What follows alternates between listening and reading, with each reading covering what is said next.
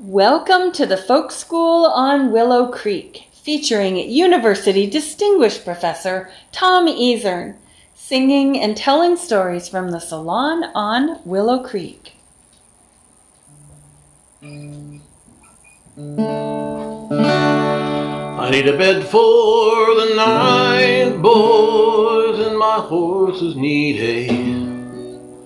I've been riding that grub line on the hot dish highway.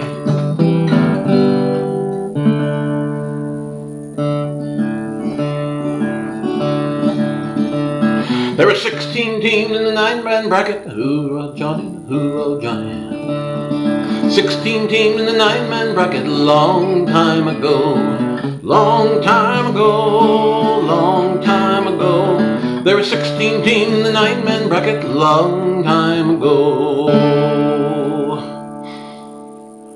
Well, you know, a couple of days ago, or maybe was it just yesterday, down in Ashley, North Dakota, where everybody was pretty enthusiastic about the prospects of the South Border Mustangs today, and didn't quite pan out for them in the Fargo Dome, but more power to them anyway. There's another year next year. Got me thinking about how, well, of course, we keep track of the seasons here on the Willow Creek Folk School, and that's all kinds of seasons. One of them is that particular athletic season, which is coming to a head in this part of the world. A few years ago, really when we were just getting started with the Willow Creek Folk School, we had a calendar ballad for the football playoff, the 9-man. Now, on some states, they play 8-man football. In Montana and North Dakota, they play 9-man, in addition to the 11-man game for schools that have enough players for it. And smaller schools yet, some still play 6-man in several states. Well, so there was a ballad a few years ago about the 9-man football playoff, and that was the ballad that I was just singing there for a moment. And then I focused in on the team from Linton, North Dakota, which had a couple of boys who were from that huge German-Russian clan, the Vetter family. And gosh, these guys were big. Two brothers who were each well over 300 pounds, as I recall, and another one who's 200 and many odd pounds, playing linebacker also. And I added a stanza about them. Those Vetter boys don't miss many meals, hoorah Johnny and a hoorah Johnny. Those Vetter boys don't miss many meals, long time ago, long time ago, long time ago. Those Vetter boys don't miss many meals, long time ago. Well, you know, the day after I heard from those boys' mother out in Linton, and she said, "You've got no idea what it's like to feed those boys." And then they bring their friends home with them. Well, okay, all a part of the season here, and we note such things on the Willow Creek Folk School. And a number of things to note tonight. I think it was in the last Willow Creek Folk School, but wasn't that a couple weeks ago, because I was out sort of sick last week. Am I right? Remembering that right? I don't know. Yeah, I think I called it off last week because I was just too croaky to go. Sang a text that nobody ever heard before of Home on the Range. And let me revisit that story here for a moment, because I've been thinking about it ever since. In fact, did a Plains Folk column for public radio here in North Dakota about the rediscovery of Home on the Range. Now, this is pertinent to people in North Dakota, or actually South Dakota more so, and North Dakota, South Dakota, and particularly Kansas, where the state song is Home on the Range since 1947. But it was somewhere in the northwest corner of South Dakota during the summer of 1908, there was an old cowboy who sang an old song to a young anthropologist whose name was George Will. And George Will was the son of the famous seed dealer Oscar Will, who brought in the Native American varieties of squash, corn, and you name it, the Great Northern Bean, for instance, and brought them into circulation for white settler growers. Of course, we know that the song that we commonly know as Home on the Range originated in the early 1870s with Brewster Higley in Smith County, Kansas. It kind of dropped out of sight for a full generation But it was still out there. It was still being played at gatherings and country dances, having been set to a tune by the Kelly Brothers orchestra there, and it took off. It was a waltz tune, you could dance to it. But it was not publicly known. It didn't seem until John Lomax approached a black saloon keeper under a mesquite tree in San Antonio in the summer of 1908 and recorded the song, previously unknown to him. And then he put it in his book, Cowboy Songs and Other Frontier Ballads, in 1910. And so we presume then the 20th century revival of Home on the Range that made it an international standard and then made it the state song of Kansas. And it became a song that people would sing at music contests. And darned if it wasn't Emily's, one of her boys' ensembles decided they were going to do an arrangement of Home on the Range this year for contest. It still goes on. Now, we trace that whole revival to John Lomax. Okay, well, I'm here to tell you tonight, maybe there's another story here, because this anthropologist, George Will, and the old cowboy, whose name was Otis Ty, were out in northwestern South Dakota looking for things of archaeological and anthropological interest, like the caves and the drawings in the caves and the cave hills up there. Otis Ty was quite a fellow, old frontiersman who had hauled freight to the Black Hills mining camps. He trapped and hunted all over the upper Missouri. He guided land survey parties in Montana and in Dakota Territory. He homesteaded in North Dakota and then went to work for the pioneer seed dealer Oscar Will, and that's a connection. So I'm imagining George Will, a true Renaissance man, a Harvard grad coming back running his father's business, who really wanted to do anthropology and stuff like that. He'd get out there wandering the country, and I suspect Oscar wanted somebody to make sure he came back alive. And so Otis Ty was dispatched to go out with him. And it was in the summer of 1908 that Otis Ty sang Home on the Range for George Will, somewhere in northwestern South Dakota. They were operating out of Bismarck, North Dakota. Now, here's where it gets tricky. We don't know exactly when that took place, nor do we know exactly when in the summer John Lomax recorded the song in San Antonio. But they both collected it, Lomax and Will, in the same summer of 1908. Lomax published it in 1910. George Will published Otis Ty's text of Home on the Range, summer of 1909. Yes, in the Journal of American Folklore, beating Lomax by a year. It's a beautiful song, this version by Otis Ty, with having poetic features not offered by either the Higley text from Kansas or the Lomax text from Texas. And it establishes George Will, and not John Lomax, as the true rediscoverer of the state song of Kansas. And it's because it's such a darn good version of the work, I think I'm just going to sing it again. You could have cut me some slack on my croaking here tonight. Not only does our beagle here, you might have heard her wheezing here before we started up. She's down with kennel cough, well, so am I. No, I've got, some other kind of respiratory virus. It's been dogging me, so to speak, for weeks. And so I'm kind of croaking it through it tonight. And that's why I'm also using the Little Martin, because I don't have enough voice to sing over a big box guitar. Okay, Otis Ty's version of Home on the Range, which he sang to George Will in 1909. Oh, give me a home where the buffalo roam, where the deer and the antelope play, where seldom is heard a discouraging word, and the skies are not cloudy all day.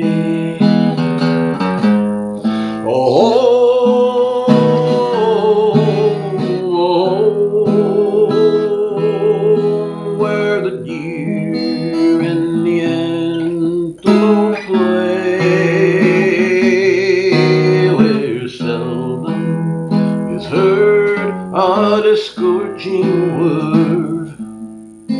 and the skies are not cloudy all day.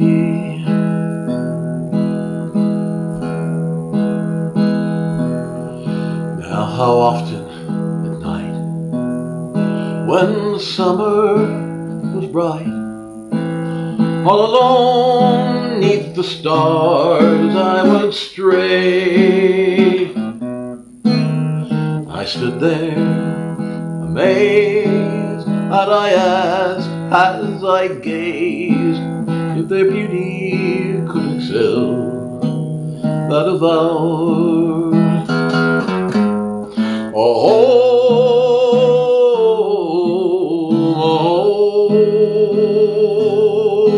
Where the deer and the antelope play, where seldom is heard a discouraging word, and the skies are not cloudy all day.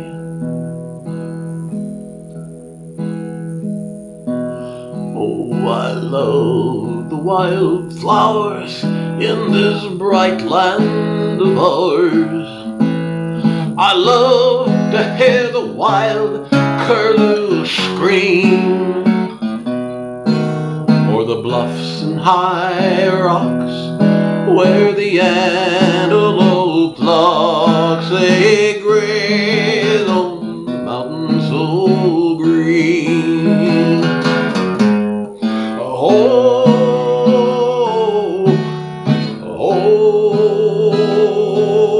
Where the deer and the antelope play, where seldom is heard a discouraging word,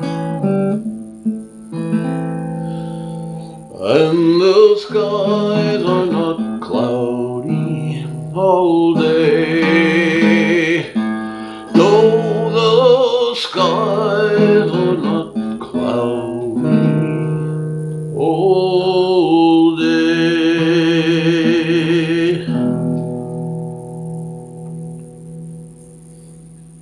Thank you, George Will. Thank you, Otis Ty. Thank you, Brewster Higley, and all the personages who have passed that song from 1870 something down to the present.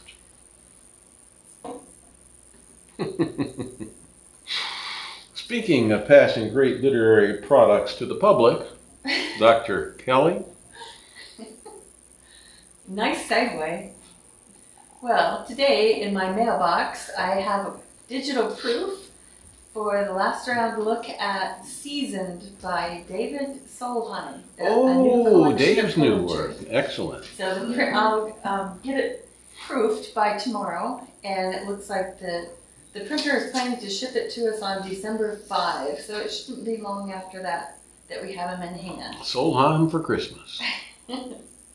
Outstanding. Yeah, and then our chapbook award winner, students have been folding all the pages all week. So we're still not quite finished with production on the chapbook. That's one of those hand productions. We're very close. So we want that out before Christmas too. So your chapbook author is? Brendan Sturmer. So you got Brendan here. New face coming on the scene. Yeah. And prairie poetry. And then you got good old Dave, who has labored in the vineyards for many years.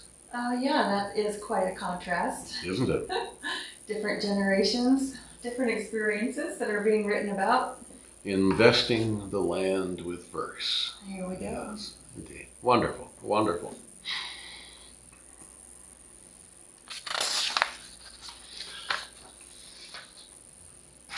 Of course, there's quite a bit of it that you don't have to plant. It's like you just have to explore for it and dig it up. And every week, it seems, new things are unearthed here with the Willow Creek Folk School. And recently, it's been the Drylander's Lullabye.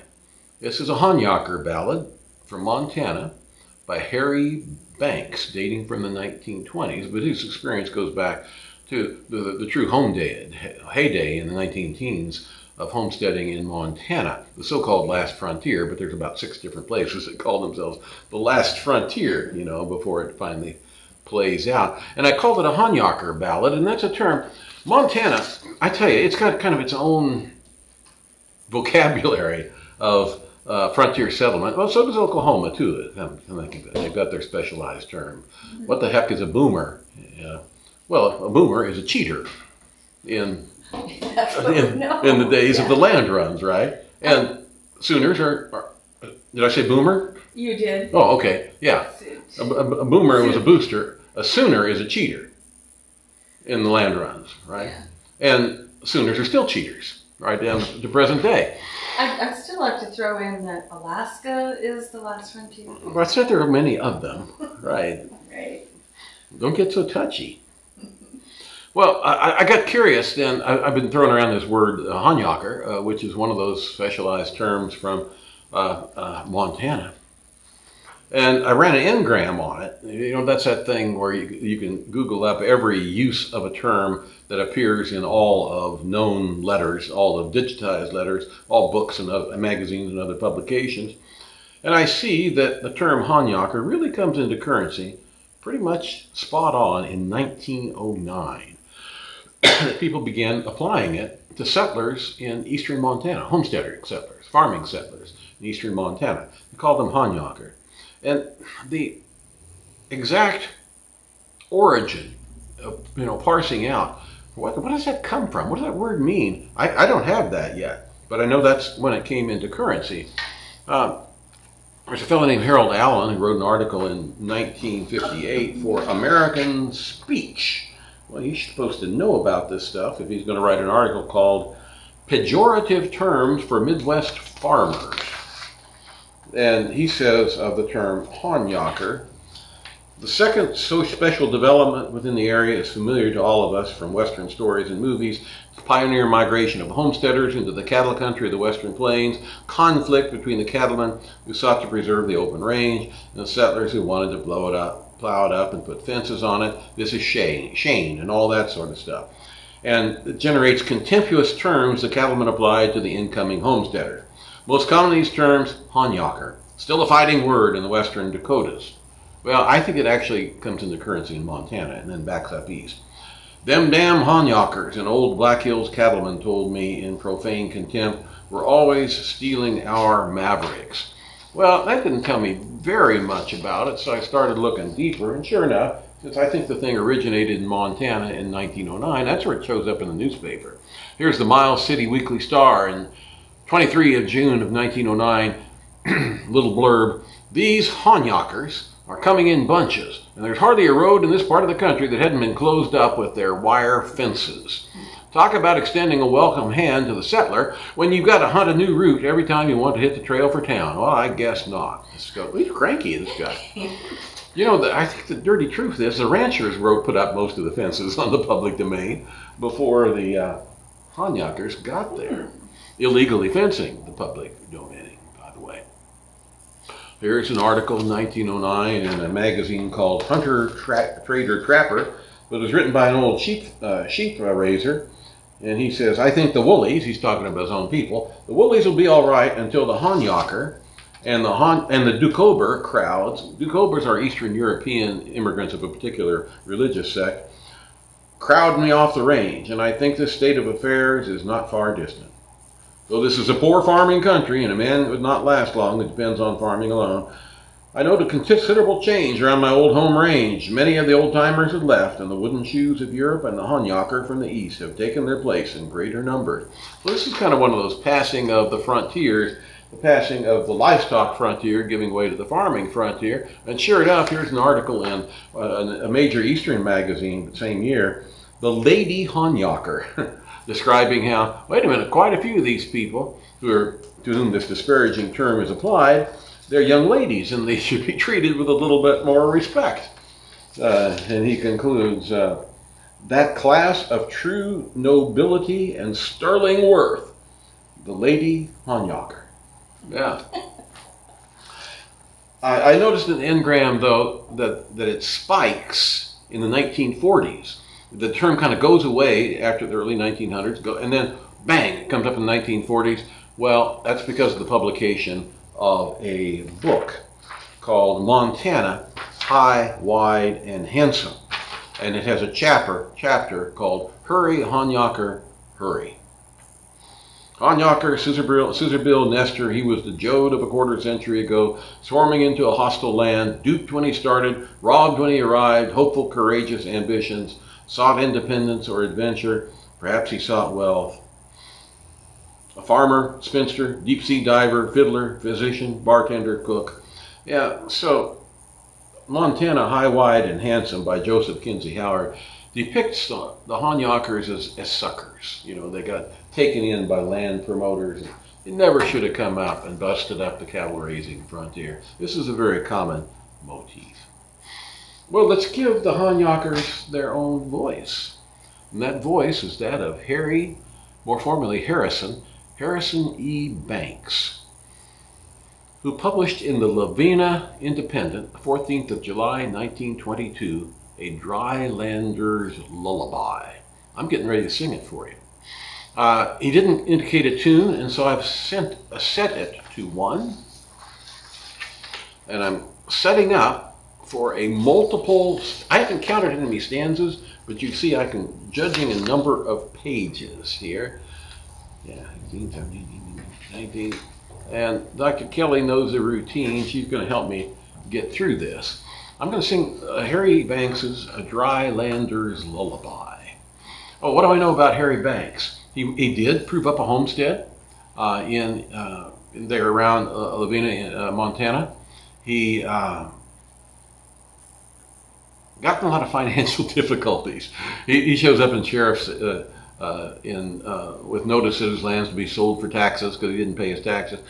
You know, that happens to some of us who are just kind of forgetful also and actually can pay their taxes, but I think he was hard up. In another case, you know, he's sued by a thresher man, I think, over a financial dispute. He had his tough times financially, but in 1922, he's kind of bragging that he's made it through some really tough times and he's still there. Okay.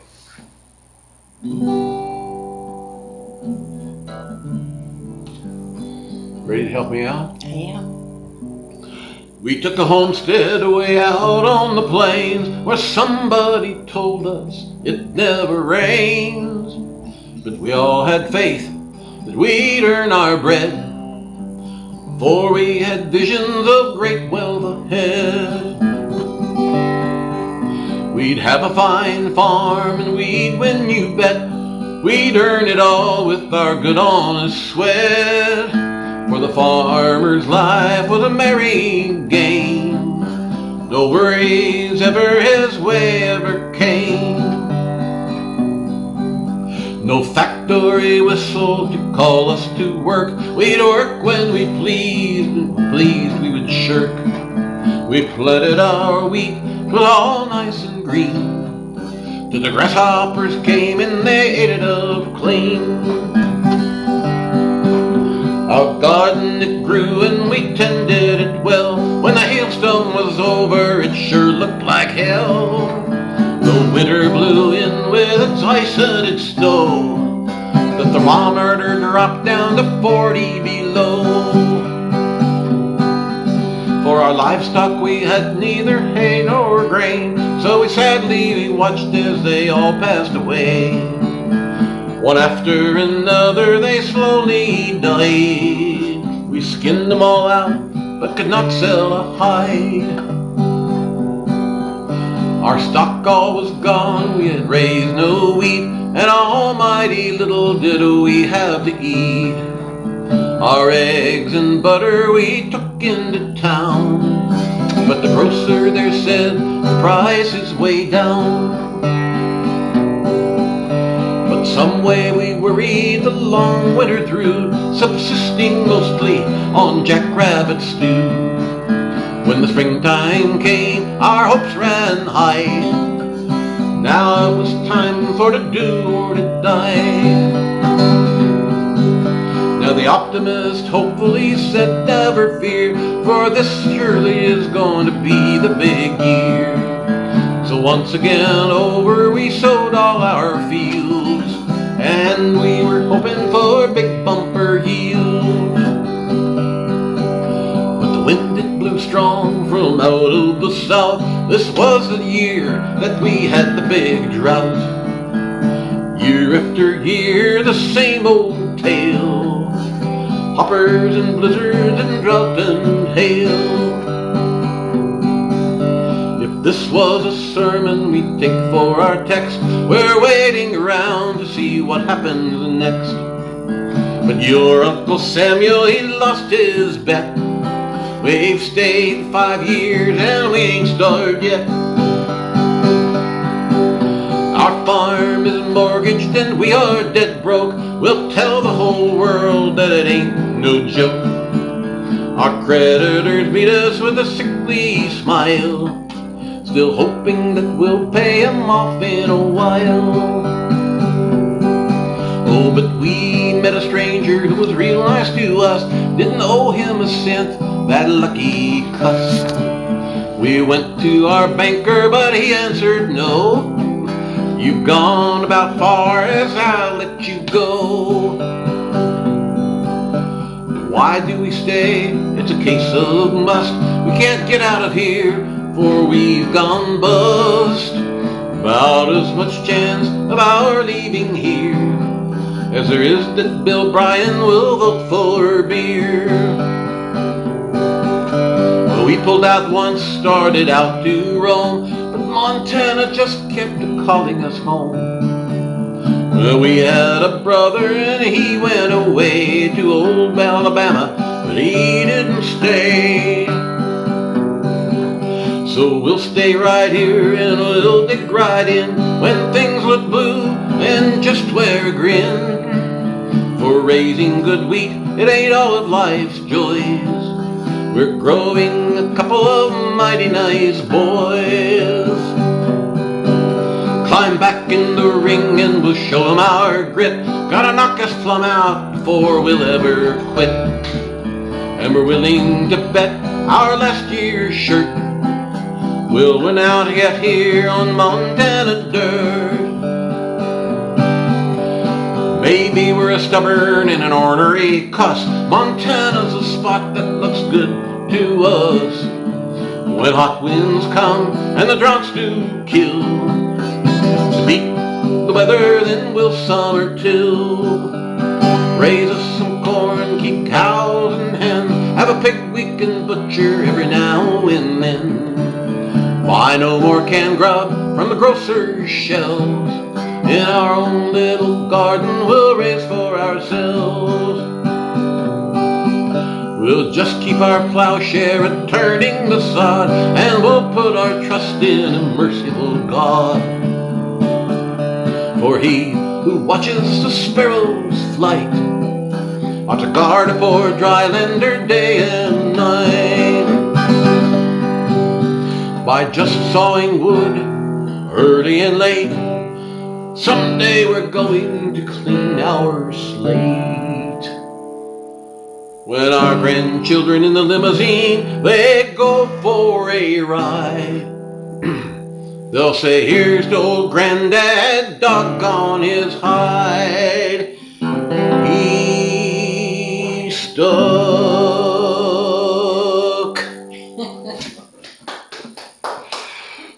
Oh. If you can't write great poetry, at least write a lot of it, right? That's... Oh.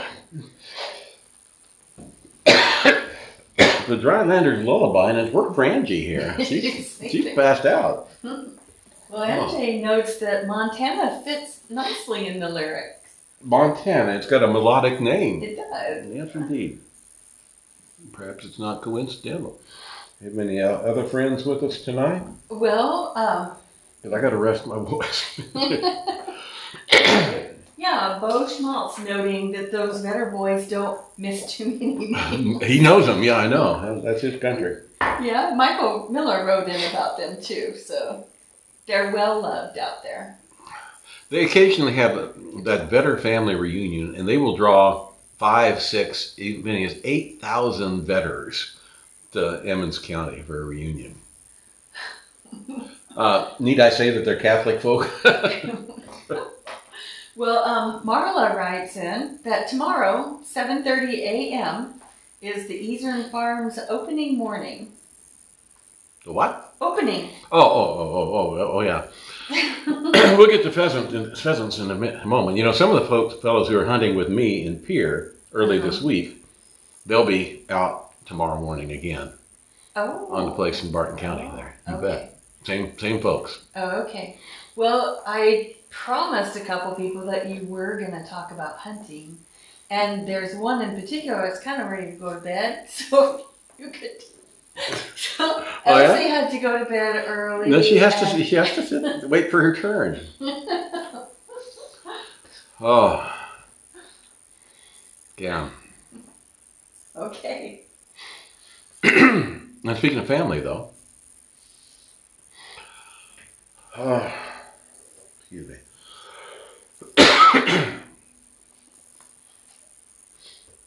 I decided I wanted to sing Cowboy's Prayer tonight. Do you know why? I don't know why. Well, Cowboy's Prayer. For one thing, people like it. It was a poem by Badger Clark from South Dakota. Okay. And it appeared in his collection, Sun and Saddle Leather. I'm not going to give too much of a biography about Badger Clark. People can Google that up easily enough, and I posted links on this, at least one earlier this week. Badger Clark, I think maybe his two best known or most loved pieces is, one is a border affair, better known as Spanish is the Loving Tongue, and the other is the Cowboy's Prayer. Both of them have been set to the Spanish is the Loving Tongue has been set to music. I forget who did that. It's been recorded by a number of popular artists, and it's fairly well known. Cowboy's Prayer is commonly just read as a poem. You'll hear it at Cowboy Church, the horseback church, wherever that takes place. They love to read the Cowboy's Prayer. Almost always it is prayed, recited, or published anonymously because they forget who wrote it. But yes, it's Badger Clark. Also, many have remarked, somebody should set that to music and sing it. Well, okay, right here, I've been doing it. It's been well received. So going to sing A Cowboy's Prayer by Badger Clark. But there's a particular reason for that. Miles Thomas Waters was born. You know the birthday?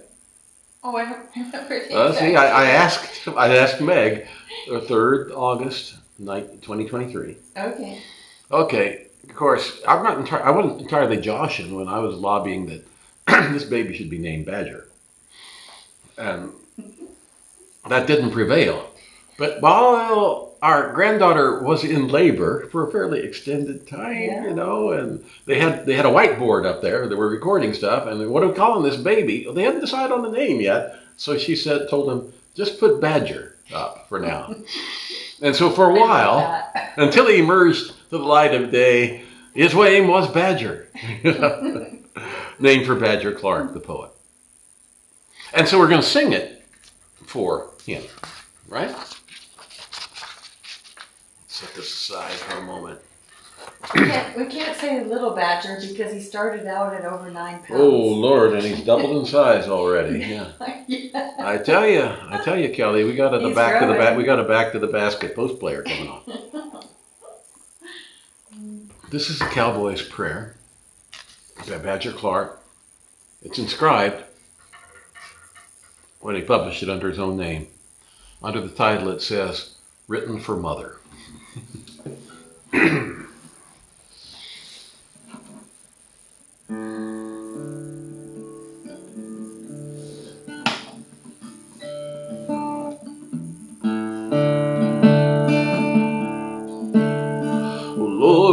I've never lived where churches grow. I love creation better as it stood. That day you finished it so long ago.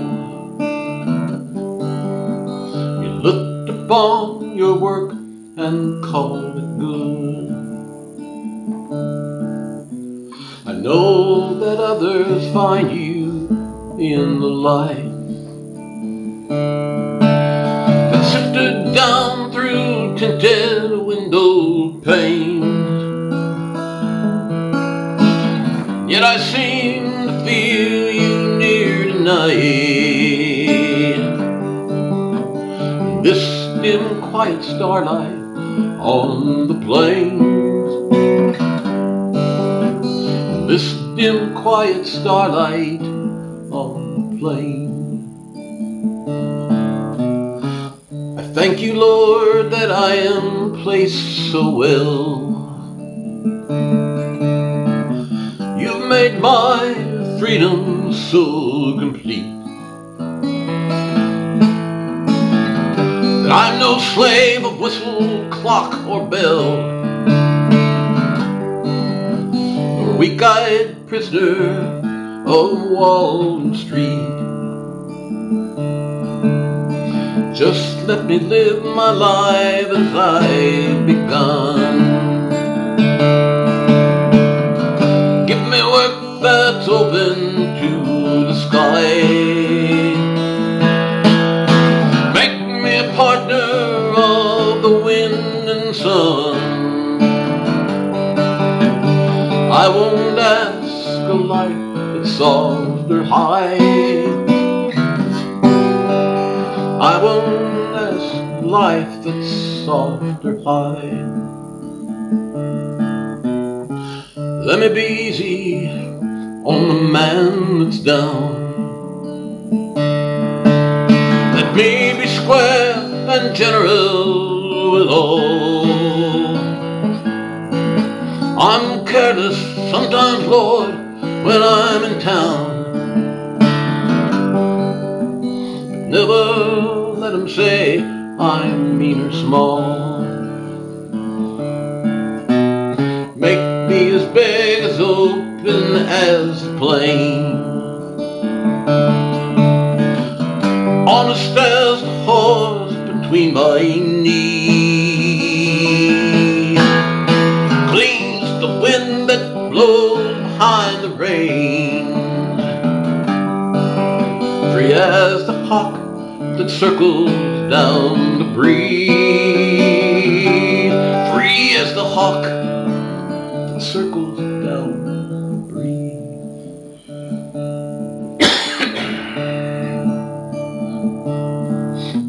Forgive me, Lord, sometimes I forget.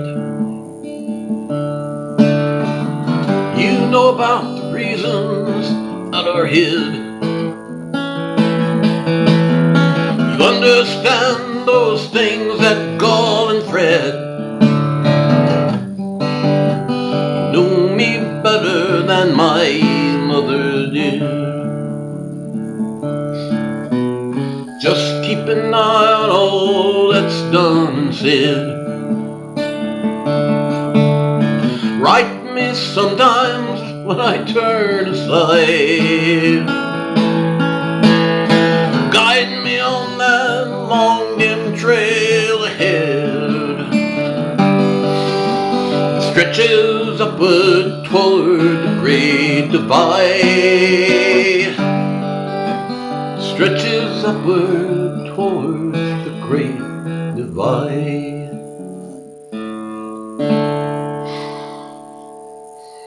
Well, may the Lord guide our badger on that long, dim trail ahead, wherever it goes.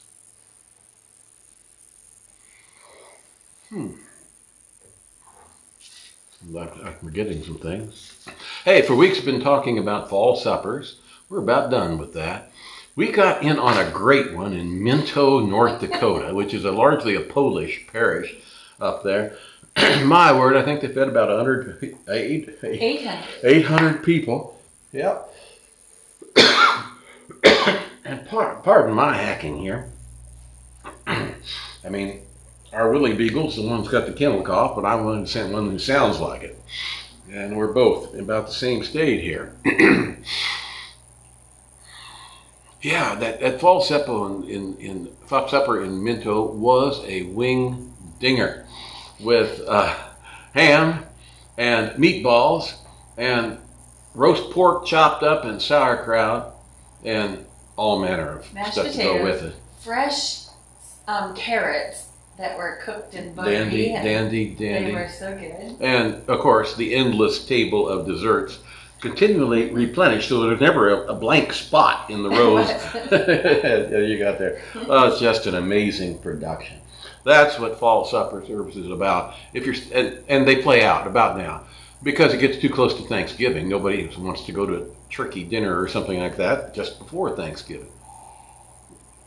The last one that I know of happening in our part of the country is this Sunday at New Rockford. The Fall Turkey Supper, Sunday, November 12th, First Lutheran Church, New Rockford, North Dakota. Be there, aloha. I guess that's a little far for us to drive for I don't think we're doing it. We're kind of busy. And there's a reason why we're kind of busy, isn't there, Dr. K?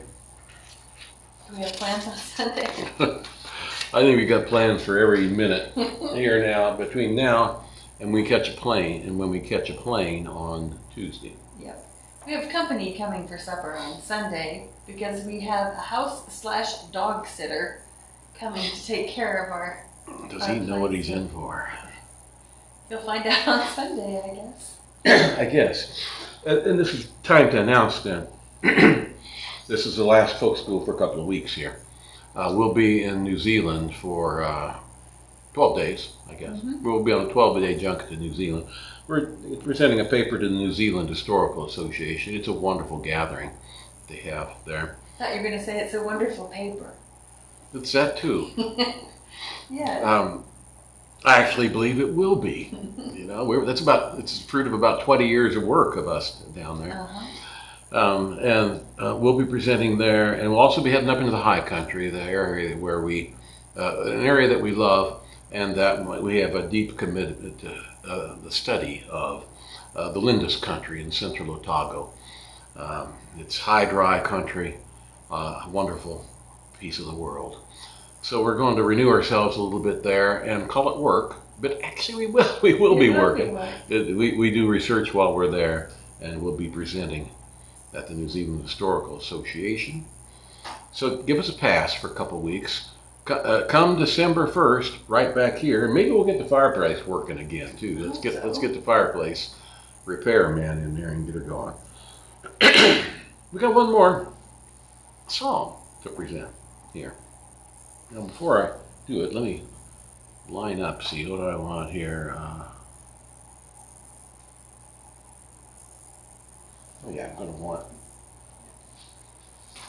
this for him done.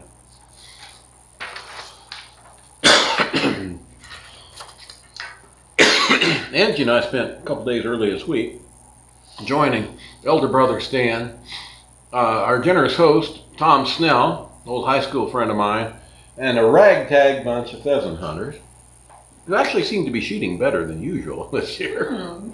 There were a lot of birds that resulted from this pheasant hunt for a couple days there in central South Dakota. It's an awful lot of birds for a couple of old folks like us to eat up that are in our freezer right now, but we'll do our best. I believe we're going to have to feed graduate students and things like that. Whether they want it or not? Well, I think they will. Angie had a wonderful time, and of course she's kind of a legend, you know, a legend among dogs. And I asked her, Angie, do you think you could write us a ballad about your experiences? And you'd like to hear what she came up with. Well, I tell her, Angie, author, come here, girl. We may need a little help getting Angie. Is she stirring now? To appear. Come here, girl. Come. Yes. Come on. You're still resting up, aren't you? You worked awfully hard, didn't you, girl? You're gonna pick her up. Oh.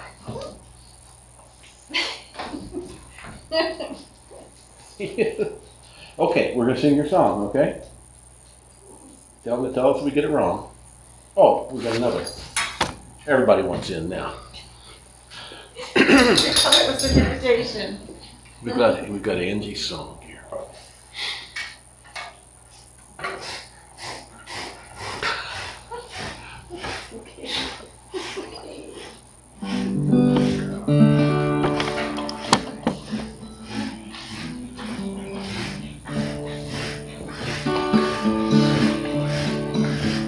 My name is Angie, I'm such a good girl. My dad tells me so every day. He says I'm his favorite, but don't tell my mom because she can be jealous, they say. We're driving to Pier Bismarck in our rear view mirror, guess I'll take a nap. I'm dreaming of ringnecks that cackle and crow, and then they fall dead in our lap. At last we're on our way. We're hunting today.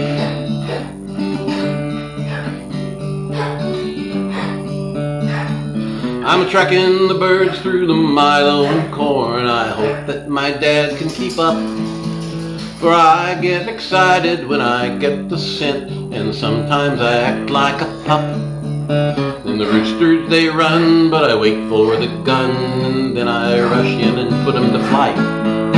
For all the long day I hunt 'em this way, and I will sleep soundly tonight. Well, at last we're on our way. We're hunting today.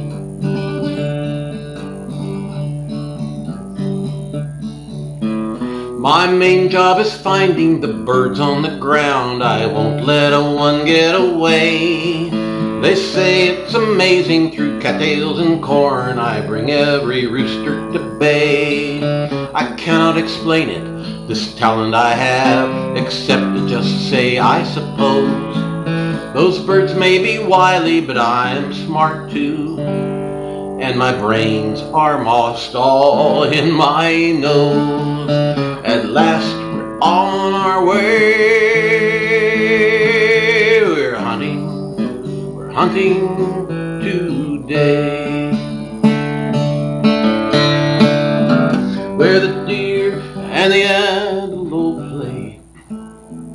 Remember Otis tie? Where seldom is heard a discouraging word, and the sky are not cloudy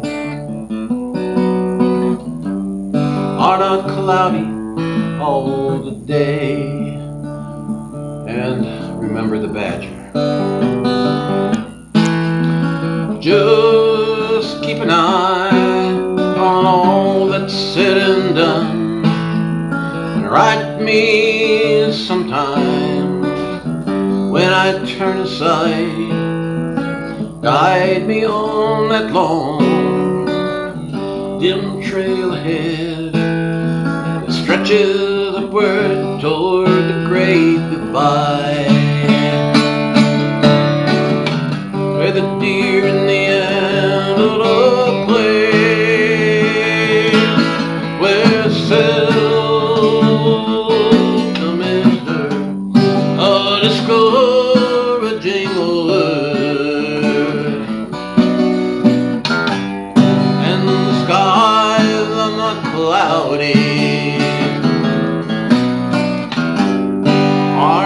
cloudy all the day. No, the skies are not cloudy all day. Dr. Kelly. We now conclude today's edition of the Folk School on Willow Creek. We invite you to join us again December 1 at 8 p.m. Central Time for more songs and stories.